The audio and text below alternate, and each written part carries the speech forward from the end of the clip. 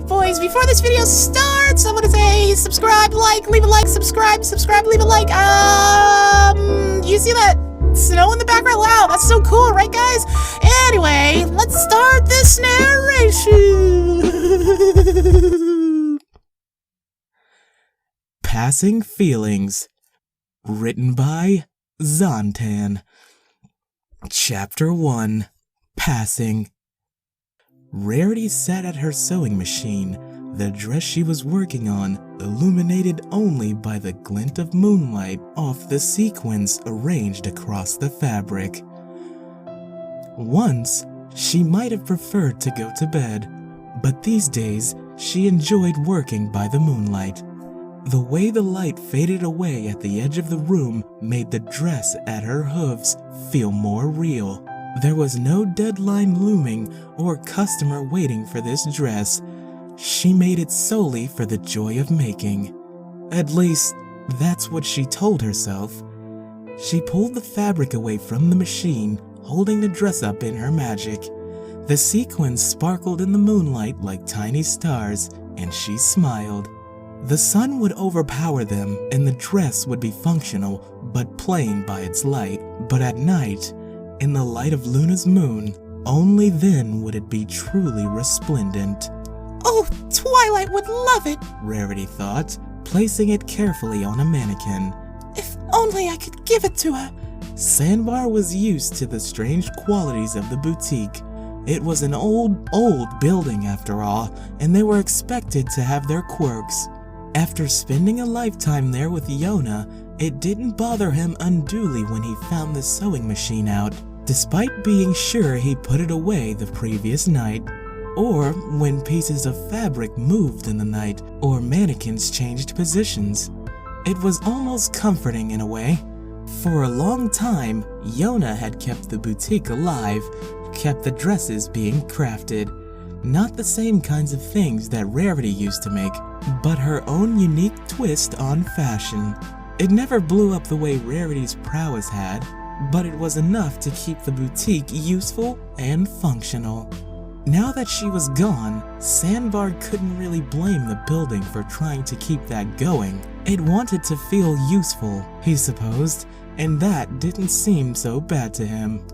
Rarity watched as Sandbar put the sewing machine away, and her eyes turned sad as he moved the mannequin back into its place in the back, his hoofs passing right through the dress she'd made.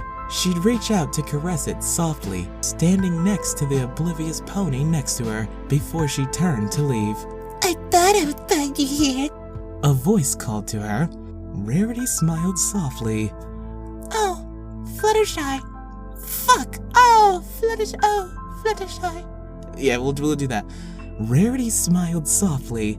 Oh, Fluttershy, she murmured, turning to face the Pegasus. What brings you to my boutique? Fluttershy smiled sadly. It's not really yours anymore, don't you think? She asked. Rarity huffed. It will always be mine, Fluttershy, no matter how much time passes. Really? Fluttershy murmured. Don't you think it might be time to move on? Well, I could say the same of you. Fluttershy blushed softly. I suppose, but, well, I have Discord. He can even see me sometimes. He's not ready to let go just yet. She cocked her head. But I don't know why you're still here. Why you're, still making things no one can see. She gestured with one hoof to the dress. Rarity shook her head. You wouldn't understand, darling. I have a need for speed. Okay. I have a need to create. I can't just stop. Is that really it? Fluttershy asked softly. It seems like you could do that just fine in whatever comes next. Rarity scoffed and turned away. I am an artiste. I do not need I am an artist. I do not need a justification. Who's to say anything would have been the same on the other side? Fluttershy sighed. Oh, alright, Rarity, she murmured. If you ever need to talk, I'll be here. With a soft bow of her wings, she vanished. Twilight's court was a predictable affair. Even beyond Twilight's love of rules, all problems started to blend together once you had been listening to them long enough. And Twilight had the same process for every supplicant. She would listen, smile, ask them a question or two, which she invariably already knew the answers to, and then suggest the thing they probably should have done in the first place instead of coming to Canterlot to talk to the princess. Rarity watched from her typical perch, an alcove on one side of the court that was always bare. It had held flowers once, but they had been neglected by their keepers as Rarity claimed the location for herself. Even if ponies couldn't see her, they tended to avoid the places she frequented, despite not understanding why. Now it was hers, a place where she could watch Twilight whenever she was out in public. Whoa, okay. The Royal Alicorn was as breathtaking as ever. In Rarity's private opinion, she was twice the ruler Celestia was. Whoa. Though she did admit that she probably wasn't objective in that assessment. Celestia instilled awe in her Celestia instilled awe in her subjects, and though she had made it clear she loved them all, it was at a distance, an impersonal kind of love. Twilight loved all of her subjects personally and uniquely. They were all her friends, and she was theirs. As court wrapped up for the day, Twilight watched the last supplicant leave before turning to converse softly with her assistant, hidden out of sight behind the throne. Rarity slowly stepped up to the throne, taking her place in the center of the room, looking up at her princess. Soon she would return to the private areas of the castle, where Rarity dared not to follow. Not just because it felt wrong to spy on Twilight when she thought she was alone, but also because the magical castle was warded with an ancient magic that was super magical, and some of its guardians could sense her presence even if Twilight could not. It was as Rarity was carefully imagining Twilight wearing her latest dress and how lovely it would look upon her that the Alicorn suddenly paused. Oh shit. Rarity held her breath as Twilight waved off her assistant's concerns, started walking towards where Rarity stood, a frown on her face. She stopped mere feet away, and Rarity reached out a trembling hoof. Twilight? She whispered. Can you see me? Twilight didn't respond. She looked straight through Rarity before turning back as her assistant, a gray unicorn in a trim suit, stepped forward. Your Highness? He queried. Is everything alright? Hold on. Is everything alright?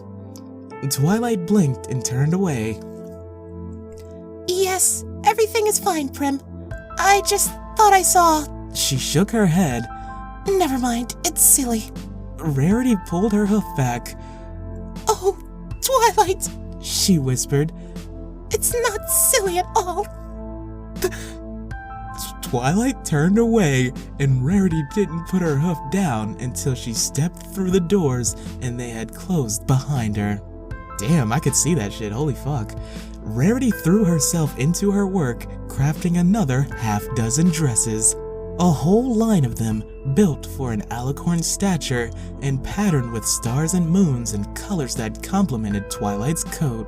Something had happened, and crafting a dress for Twilight had triggered it. She was certain of it. She just had to make something perfect, something magical, something that Twilight could see. Fluttershy came by again, radiating concern, but she didn't understand. She couldn't understand.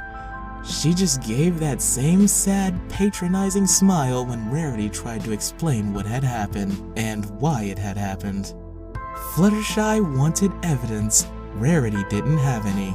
It didn't matter. Holy fuck, boys. A week later, Rarity reappeared in Twilight's court, breathless despite not needing to breathe. What? She had brought the whole line with her, and she set out... Wait. Despite not needing to breathe. Huh?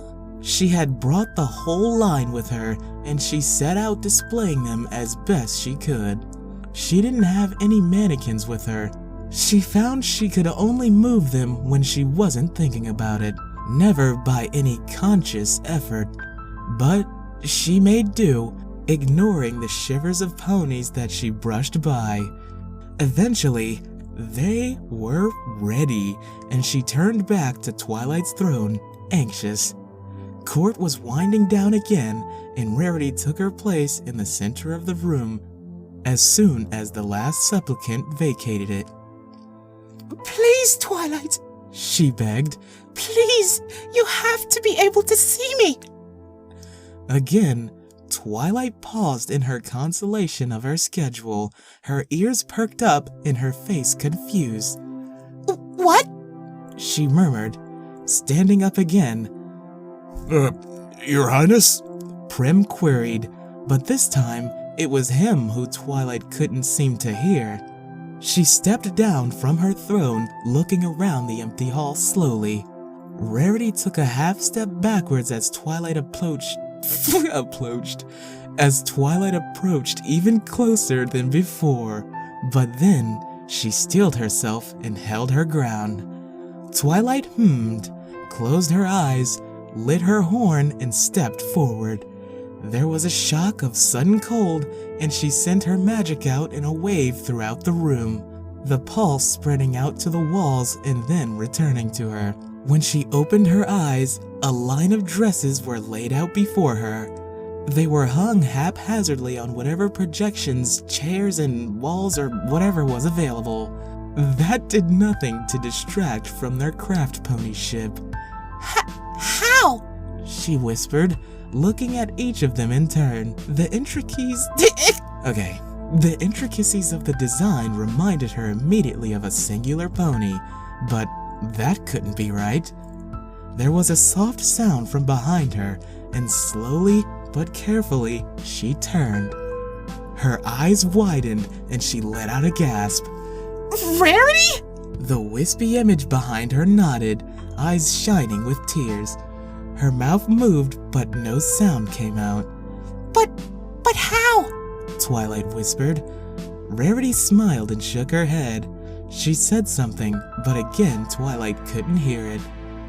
But then she simply stepped forward and wrapped her hoofs carefully around Twilight's barrel. The shock of cold passed through the alicorn again. This time, she was able to understand what it meant.